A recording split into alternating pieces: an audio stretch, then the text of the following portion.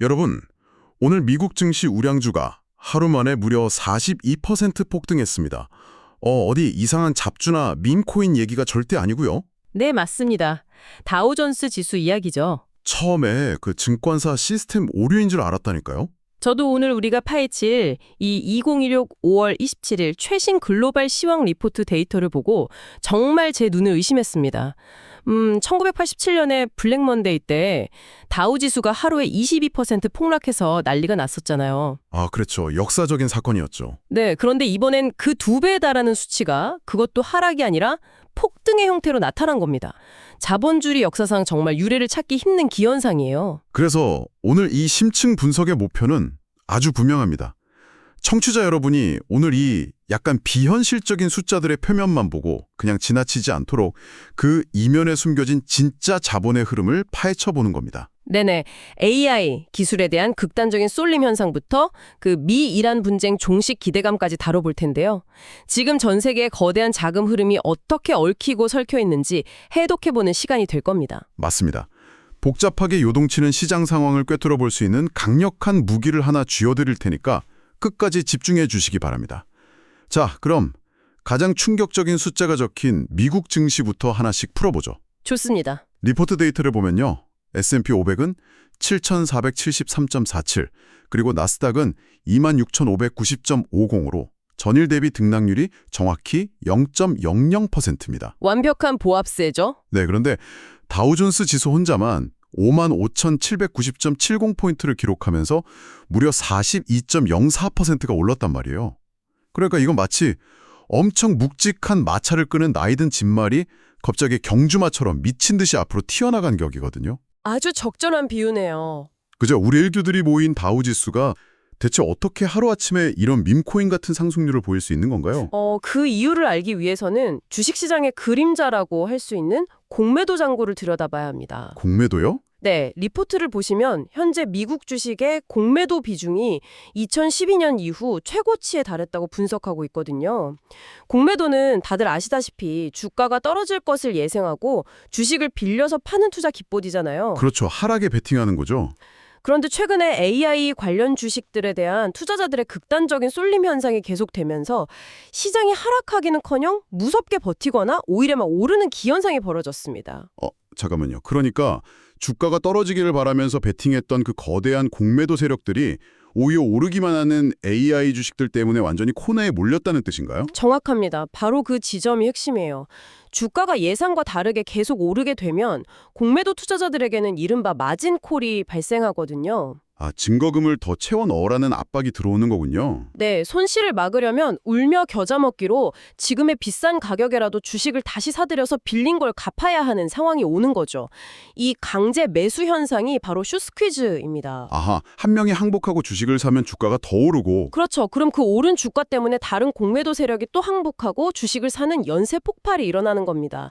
다우지수에 편입된 거대 기업들, 특히 AI와 직간접적으로 연결된 우량주들의 이 숏스퀴즈가 동시다발적으로 터진 거죠. 지수를 아주 강제로 밀어 올려버렸네요. 맞습니다. 그러니까 공매도 세력의 연쇄적인 항복 선언이 결국 다우지수 42% 폭등이라는 역사적이지만 아주 기형적인 불꽃놀이를 만들어낸 셈이네요. 네. 그런데 이 거대한 숏스퀴즈의 방아쇠를 당긴 결정적인 이벤트가 사실 하나 더 있습니다. 그게 뭔가요? 바로 6월 12일로 확정된 스페이스X의 나스닥 상장 소식입니다. 아, 스페이스X요? 기업 가치가 무려 최대 3천조 원으로 평가받고 있잖아요. 이 거대한 자금이 시장에 풀릴 것이라는 흥분이 지금 시장 전체의 변동성에 기름을 부어버린 겁니다. 와, 3천조 원이라니? 근데 그럼 나스닥이 더 올라야 하는 거 아닌가요? 그러니까요. 나스닥과 S&P 500은 이 기대감을 이미 선반영해서 약간 숨고르기에 들어갔어요. 반면에 상대적으로 덜 올랐고 공매도가 엄청나게 집중되어 있던 다우지수 쪽으로 그 숏 스퀴즈와 매수세가 폭포수처럼 쏟아져 내린 겁니다. 아, 이제야 퍼즐이 맞춰지네요. 여기서 청취자 여러분과 한 가지 생각해 볼 점이 있습니다. 다우지수가 숏 스퀴즈로 하루 만에 42% 폭등했다는 건 그만큼 미국 시장이 극도로 불안정하고 언제 터질지 모르는 거품이 끼어있다는 뜻이기도 하거든요. 아주 예리한 지적입니다. 똑똑한 스마트머니들은 이미 이 화려한 폭죽놀이에서 빠져나갈 비상구를 찾고 있을 거란 말이죠. 그들이 눈을 돌린 곳이 어딜까요? 역설적이게도 그 자금이 지금 한국의 코스피로 쏟아져 들어오고 있죠. 맞습니다. 드디어 코스피가 사상 처음으로 8,000포인트, 이른바 8,000피 시대에 안착을 했습니다. 네, 코스피가 전일 대비 2.55% 상승한 8,047.51포인트를 기록했고요. 코스닥 역시 0.98% 상승하며 1,172.52를 기록했습니다. 정말 엄청난 숫자네요. 그 중심에는 당연히 반도체가 있었습니다. 삼성전자가 29만 9천 원, 그리고 SK하이닉스가 무려 20만 5,200원으로 5.72%나 급등하면서 이 거대한 견인차 역할을 톡톡히 해냈죠. 청취자 여러분, 포트폴리오에 반도체 주식이 있다면 정말 오늘 축배를 드셨을 텐데요. 그런데요, 전문가님, 제가 리포트의 세부 수치를 파고들다 보니까 앞뒤가 안 맞는 아주 이상한 점을 하나 발견했습니다. 어떤 부분이죠? 지수는 8,000을 뚫고 이렇게 펄펄 끓고 있는데 정작 이 축제 현장에서 개인 투자자들은 무려 326만 주나 순매도를 했더라고요. 아, 네네. 주위를 둘러보면 다들 주식을 팔고 현금을 챙겨서 떠나고 있는데 도대체 코스피 지수는 어떻게 계속 오르고 있는 겁니까? 표면적으로는 개미들이 차익 실현을 하고 떠나는 것처럼 보이잖아요. 그런데 그 빈자리를 거대한 글로벌 자본이 완벽하게 덮어버렸습니다. 외국인이 189만 주, 기관이 151만 주를 쓸어담았거든요. 와, 쌍끌이 매수네요. 네, 근데 여기서 데이터를 한꺼풀 더 벗겨보면 완전히 새로운 그림이 나옵니다. 지금 한국 증시를 들어올리는 진짜 힘은 바로 RIA, 즉 등록투자 자문업자 자금의 거대한 유입이에요. 펀드나 외국인이라는 말은 익숙한데 이 RIA 자금이라는 건 구체적으로 어떤 성격인 건가요? 약간 단타치고 빠지는 헤지펀드 같은 건가요? 아니요, 완전히 반대입니다. RIA는 미국의 초고액 자산가나 연계금처럼 고객의 자산을 장기적인 관점에서 관리하고 운용하는 자문업자들의 자금이거든요. 아, 장기 투자 자금이군요. 맞습니다. 1, 2년을 보는 게 아니라 10년, 20년의 가치를 보고 묵직하게 들어오는 돈이죠. 리포트를 보면 현재 원달러 환율이 1,445원으로 굉장히 높은 수준이잖아요. 엄청 높죠. 네. 그리고 일부 외국인의 단기 매도 압력이라는 악재가 분명히 존재하는데도 불구하고 이 RAI 자금이 무려 8조 5천억 원이나 국내 증시로 밀려 들어왔다는 겁니다. 아, 그러니까 이 장기 투자자들의 눈에는 하루에 42%씩 널뛰게 하는 미국 시장보다 실체가 있는 반도체를 찍어내면서도 여전히 저평가되어 있는 한국 기업들의 펀더멘털이 훨씬 매력적인 안전지대로 보였다는 거군요. 정확한 통찰입니다. 이렇게 펀더멘털을 보고 들어오는 장기 자본이 바닥을 아주 단단하게 받쳐주고 있기 때문에 이게 단순한 테마성 상승이 아니라 구조적인 상승장이라는 분석이 나오는 겁니다. 그렇군요. 증권가 일각에서 코스피 1만 피 돌파까지 조심스럽게 점치는 이유도 바로 이 탄탄한 수급 구조 덕분인 거죠. 야, 진짜 흥미롭네요. 자, 지금까지는 AI의 광기나 거대 자본이 이동 같은 요인을 짚어봤는데요.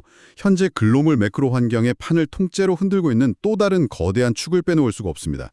바로 지정학적 이슈죠. 네, 미-이란 분쟁 종식 기대감이 지금 시장을 휩쓸고 있죠. 맞습니다. 이 지정학적 리스크 완화가 시장에 어떤 영향을 미치고 있나요? 기본적으로 억눌려 있던 글로벌 밸류체인의 혈관을 뚫어주는 역할을 합니다. 실제로 이 종전 기대감이 아시아 증시에 강한 훈풍을 불어넣었거든요. 지표가 좋았나요? 네, 상하이, 선전, 일본의 니케이 지수 등 아시아 주요 증시가 일제히 동반 상승하는 모습을 보였습니다. 전쟁의 공포가 걷히면 신흥국으로의 자본 유입이 가속화될 것이란 기대감의 발로인 거죠. 아, 그래서인지 에드 야르데니 같은 저명한 분석가가 이런 코멘트를 남겼더라고요. 중동 분쟁 종식 기대감에 힘입어 앞으로 글로벌 증시가 미국 증시의 수익률을 능가할 것이다. 아주 흥미로운 분석이죠. 네, 그렇다면 우리 청취자 여러분도 지금 당장 미국 쪽에 쏠려 있는 투자 포트폴리오를 아시아나 유럽 등 전 세계로 다변화해야 하는 걸까요? 방향성은 맞습니다만 지금 당장 전부 옮겨 담기에는 그 이면의 리스크를 간과해서는 안 됩니다. 어떤 리스크가 있나요? 아시아 시장만 보면 전쟁 끝났다, 이제 파티하자 이런 분위기인데 지정학적 문제의 당사국들과 훨씬 더 가까이 있는 유럽 증시를 보면 완전히 다른 이야기가 펼쳐지고 있거든요.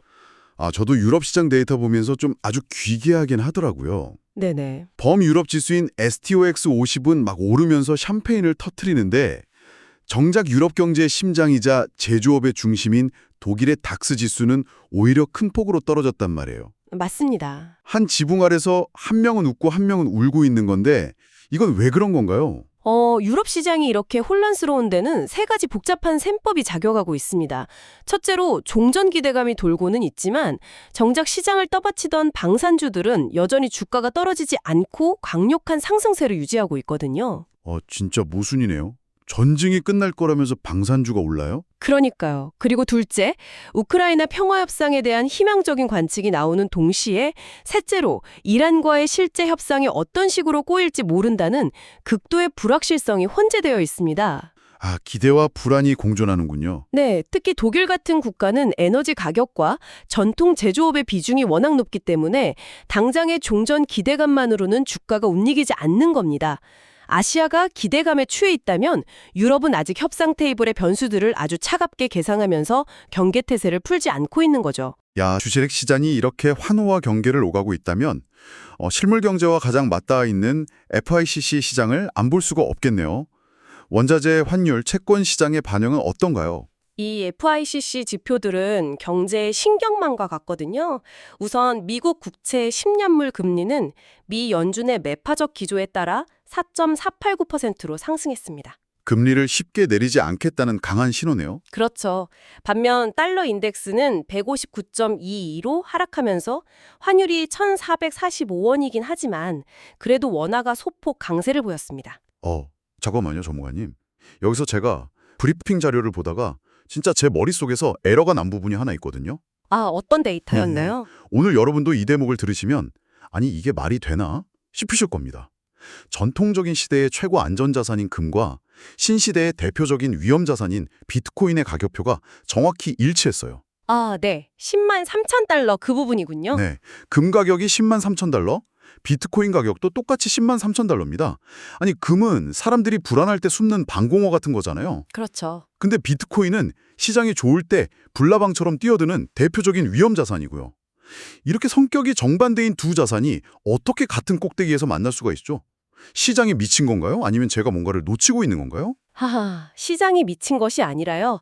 현재 전 세계 투자자들의 심리가 완벽하게 두 갈래로 찢어져 있다는 것을 보여주는 가장 상징적인 데이터입니다. 두 갈래로 찢어져 있다고요? 네, 금은 이란 협상의 교착 상태와 꺼지지 않은 전쟁의 불확실성이라는 공포 속에서 그 하방 압력을 견뎌내고 10만 3천 달러라는 자리를 지켰거든요. 불안감 때문에요? 맞습니다. 세산이 어떻게 될지 모르니까 일단 가장 안전한 실물을 쥐고 있겠다는 아주 지독한 두려움의 결과물이죠. 그렇다면 비트코인의 10만 3천 달러는 철저히 탐욕의 결과물인 건가요? 네, 비트코인은 전일 대비 무려 1,240달러나 상승하면서 10만 3천 달러에 도달했거든요. 비트코인 현물 ETF 쪽으로 거대한 글로벌 기관 자금이 물밀듯이 쏟아져 들어오고 있기 때문입니다. 기관 자금이라 엄청나네요. 앞서 말씀드린 다우지수 42% 폭등과 맥락이 같습니다. AI와 새로운 기술 혁신에 대한 환호, 그리고 여기서 나만 소외되면 안 된다는 포모 심리가 위험 자산에 대한 폭발적인 매수세로 이어진 겁니다. 그러니까 두려움의 10만 3천 달러와 탐욕의 10만 3천 달러가 시장의 한가운데서 정확히 충돌한 거네요. 정말 영화 같은 순간입니다. 네, 극과 극이 만난 거죠. 두려움과 탐욕이 같은 가격표를 달고 있다니 진짜 소름이 돋네요. 자, 그렇다면 실물 경제의 핏줄이라고 할 수 있는 원유 시장은 어떻습니까? 원유 시장도 지금 상황이 꽤 복잡합니다. 리포트를 보니까 WTI 원유가 93.75달러로 반등했던데요. 보통 기름값이 오르면 S오일이나 SK이노베이션 같은 정유회사들은 마진이 좋아져서 돈을 버는 거 아닌가요? 일반적인 공식으로는 그렇지만요. 이번 리포트가 짚어내는 이면을 보면 정유업계는 지금 거의 비상사태입니다. 표면적인 유가 반등에 속으시면 절대 안 됩니다. 왜 그런 거죠? 왜냐하면 최근에 국제유가를 아주 크게 급락했던 구간이 있었기 때문입니다. 이로 인해서 정유사들은 지금 영레깅 효과라는 직격탄을 맞고 있거든요. 영레깅 효과요? 그게 정확히 어떤 메커니즘으로 기업의 목을 조르는 건가요? 아주 쉽게 동네 빵집을 한번 생각해 보시죠. 밀가루 값이 한 포대에 10만 원일 때 나중에 빵을 만들기 위해서 창고에 잔뜩 사서 쟁여뒀습니다. 네, 비쌀 때 사던 거네요. 그렇죠. 그런데 다음 날 밀가루 값이 5만 원으로 반토막이 나버린 겁니다. 경쟁 빵집들은 이제 싼 밀가루를 사서 빵 가격을 확 낮춰서 파는데 우리 빵집은 이미 비싸게 사둔 10만 원짜리 밀가루로 빵을 만들어야 하잖아요. 아, 원가 경쟁이 도저히 안 되겠네요. 맞습니다. 정유사들이 원유를 수입해서 정제하고 시장에 팔기까지는 보통 한두 달의 시차가 발생하거든요. 유가가 폭락해버리면 과거에 비싸게 사둔 원유로 만든 기름을 현재의 싼 가격에 팔아야 하니까 팔수록 손해를 보는 거대한 딜레마에 빠지게 되는 겁니다. 아, 그래서 역레깅이군요. 네, 지금 유가가 93달러로 소폭 올랐다고 해도 이미 누적된 그 재고 손실과 단기 변동성의 후폭풍이 실물 기업들의 이익을 심각하게 갉아먹고 있는 중인 겁니다. 원유 가격이 오늘 당장 올랐다고 해서 무작정 정유주에 올라타면 안 되는 이유가 바로 여기 있었네요. 빵집 창고에 비싼 밀가루가 얼마나 쌓여 있는지부터 확인해야 한다는 거군요. 정확합니다. 자, 이렇게 과거의 수치와 현재의 숨겨진 메커니즘을 분석해 봤는데요. 그렇다면 청취자 여러분이 오늘 당장 다이어리를 펴고 빨간 펜으로 동그라미를 쳐야 할 다가오는 미래의 이정표는 언제입니까? 바로 5월 28일 목요일입니다. 단연코 이날을 시장의 운명을 갈 슈퍼 목요일이라고 볼 수 있겠습니다. 슈퍼 목요일이요. 캘린더를 보니까 정말 지표들이 아주 빽빽하게 몰려있네요. 일단 오전 10시에는 한국은행의 금리 결정이 있습니다. 네, 코스피가 8,000피를 뚫고 8조 원의 자금이 밀려오는 이 과열된 상황이잖아요. 여기서 기존 2.50%였던 금리를 한국은행이 어떻게 움직일지가 아주 중요한 관건이 될 겁니다. 그것만 해도 엄청난 이벤트인데 밤에도 뭐가 많더라고요. 그렇죠. 글로벌 자금의 향방을 결정지을 진정한 하이라이트는 그날 밤에 시작됩니다.